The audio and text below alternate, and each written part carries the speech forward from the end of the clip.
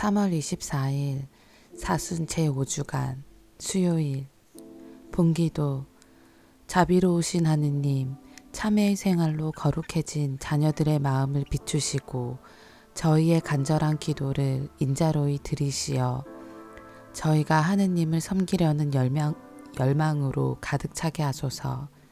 성부와 성령과 말씀의 초대. 네부카드네자르 임금은 그의 신들을 섬기지 않은 새 젊은이를 불가마에 넣지만 천사가 그들을 지켜주는 것을 보고 탐복한다. 예수님께서는 당신 말씀 안에 머무르면 당신 제자가 되어 진리를 깨닫고 자유롭게 될 것이라고 하신다. 제1독서. 하느님께서는 천사를 보내시어 당신의 종들을 구해내셨다. 다니엘 예언서의 말씀입니다. 그 무렵 네부카드네자르 임금이 물었다. 사드락, 메삭, 아벳느고, 너희가 나의 신들을 섬기지도 않고 또 내가 세운 금상에 절하지도 않는다니 그것이 사실이냐? 이제라도 뿔나팔, 피리, 비파, 삼각금, 수금, 풍적 등 모든 악기 소리가 날 때에 너희가 엎드려 내가 만든 상에 절할 준비가 되어 있다면 몰라도 그렇지 않으면 곧바로 타오르는 불가마 속으로 던져질 것이다. 그러면 어느 신이 너희를 내 손에서 구해낼 수 있겠느냐?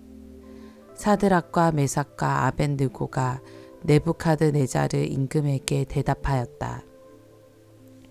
이 일을 두고 저희는 임금님께 응답할 필요가 없습니다.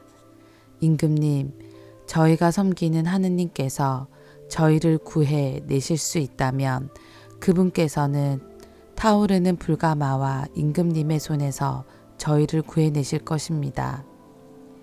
임금님, 그렇게 되지 않더라도 저희는 임금님의 신들을 섬기지도 않고 임금님께서 세우신 금상에 절하지도 않을 터이니 그리 아시기 바랍니다. 그러자 네부카드네자르는 노기로 가득 찼다. 그리고 사드락과 메삭과 아벳느고를 보며 얼굴 표정이 일그러지더니 가마를 여느 때에 달구는 것보다 7배나 더 달구라고 분부하였다. 또 군사들 가운데에서 힘센 장정 몇 사람에게 사드락과 메삭과 아벳느고를 묶어 타오르는 불가마 속으로 던지라고 분부하였다. 그때 네부카드네자르 임금이 깜짝 놀라 급히 일어서서 자문관들에게 물었다. 우리가 묶어서 불 속으로 던진 사람은 3명이 아니더냐? 그들이 그렇습니다, 임금님 하고 대답하자 임금이 말을 이었다. 그런데 내가 보기에는 4사람이 결박이 풀렸을 뿐만 아니라 다친 곳 하나 없이 불 속을 거닐고 있다. 그리고 넷째 사람의 모습은 신의 아들 같구나. 네부카드네자르가 말하였다. 사드락과 메삭과 아벳느고의 하느님께서는 찬미 받으소서. 그분께서는 당신의 천사를 보내시어 자기들의 하느님을 신뢰하여 몸을 바치면서까지 임금의 명령을 어기고 자기들의 하느님 말고는 다른 어떠한 신도 섬기거나 절하지 않는 당신의 종들을 구해내셨다. 주님의 말씀입니다. 하느님 감사합니다.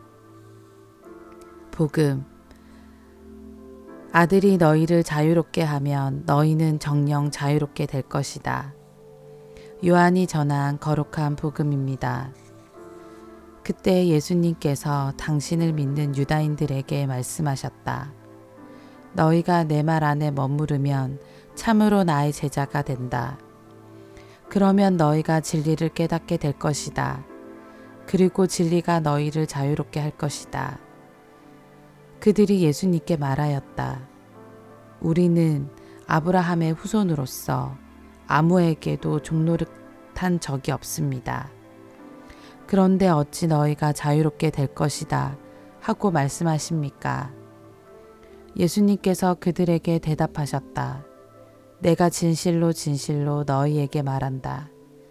죄를 짓는 자는 누구나 죄의 종이다. 종은 언제까지나 집에 머무르지 못하지만 아들은 언제까지나 집에 머무른다.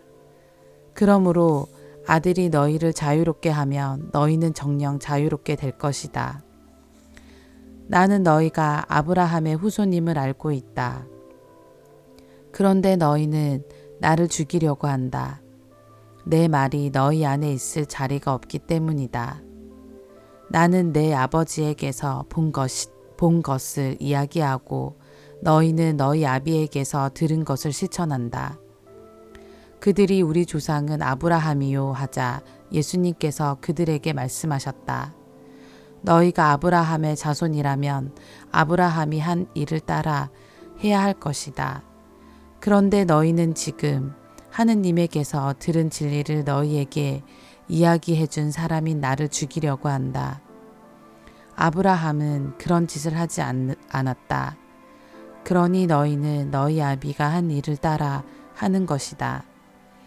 그래서 그들이 예수님께 말하였다. 우리는 사생아가 아니요 우리 아버지는 오직 한 분 하느님이시요. 예수님께서 그들에게 이르셨다. 하느님께서 너희 아버지시라면 너희가 나를 사랑할 것이다. 내가 하느님에게서 나와 여기에 와 있기 때문이다. 나는 나 스스로 온 것이 아니라 그분께서 나를 보내신 것이다. 주님의 말씀입니다. 그리스도님 찬미합니다. 오늘의 묵상. 여러 지역을 돌아다녀야 하는 소임을 맡아서 차를 타고 이동할 때가 많습니다. 하루는 차를 타고 이동하는 동안 잠시 다른 생각에 잠겨 고속도로 진입로를 지나쳤습니다. 차를 돌려 다시 고속도로 진입로를 찾으려고 하였지만 차를 돌릴 만한 마땅한 곳을 찾지 못하였습니다. 시간도 넉넉하였기에 급하게 차를 돌리지 않고 도 오래 걸리는 국도를 이용하여 목적지를 향하여 달렸던 기억이 납니다. 우리는 매 순간 선택해야 합니다. 언제나 갈림길에서 어느 한 곳을 선택하고 행동해야 합니다. 그러나 선택의 정답은 없습니다. 누구도 강요하거나 요구할 수 없습니다. 자신이 정답이라 생각하는 쪽을 택하고 그 선택에는 언제나 책임과 의무가 뒤따릅니다. 우리는 그런 선택, 곧 자신이 하고자 하는 것을 적극적으로 행하는 것을 자유라 합니다. 그러나 자신이 하고 싶다고 남에게 피해를 주면서까지 하려는 일을 행하여서는 안 됩니다. 우리는 자신의 자유라며 타인을 배려하지 않고 자신만을 생각하며 선택하지는 않습니다. 그런 선택은 자유가 아닌 방종일 뿐입니다. 그래서 진정한 자유는 하고 싶은 대로 행동하는 것을 목표로 하는 것이 아니라 왜 하고 싶은지에 대한 이유를 찾는 것이라고들 합니다. 다시 말하여 진정한 자유는 그럴 만한 이유가 있는 것입니다. 진리가 너희를 자유롭게 할 것이다. 진리, 곧 예수님의 말씀 안에 머무르며 세상에 대한 예수님의 신념과 같이 옳고 그름을 판단하는 시선과 기준을 알고 깨닫는다면 우리는 참된 자유를 누릴 수 있습니다. 예수님의 가르침이 선택의 이유가 된다면 우리는 어떤 것을 선택하고 무슨 행동을 하여도 참으로 자유를 누릴 수 있습니다.